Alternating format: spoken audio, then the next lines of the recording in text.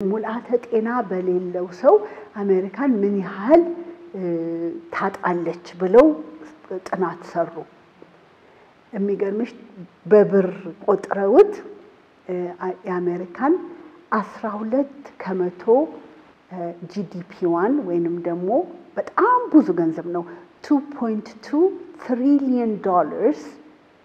በአመት ውስጥ ታጣለች አሜሪካን ከልቡ ባልሆነ ሰው ሙልአተ ጤንነት በማይሰማው ሰው ያ ማለት ማመሰልሽ ሙልአተ ጤንነት የማይሰማው ሙሉ ያልሆነ ሐኪም ሲያክምሽ ሙሉ ያልሆነ ዳኛ ሲፈርድልሽ ሙሉ ያልሆነ አስተማሪ አስተምሮሽ እምትወጪ ተማሪ ስትሆኚ ሙልአት የሌላት እናት አሳድጋሽ እምታድጊ ሰው ስትሆኚ እነሱ ቆጠሩትና አወቁት እኛ ስንቱን ይሆን የምናጣው ካለችን እያሳጣን ነው በከልባችን ባለመሆን ከቀልባችን ባለመሆንና ጥናቱንና ቆጠራውን ትተን እስቲ ያለችንን ሰብሰብ አድርገን ከልባችን እንሆን ቀልባችን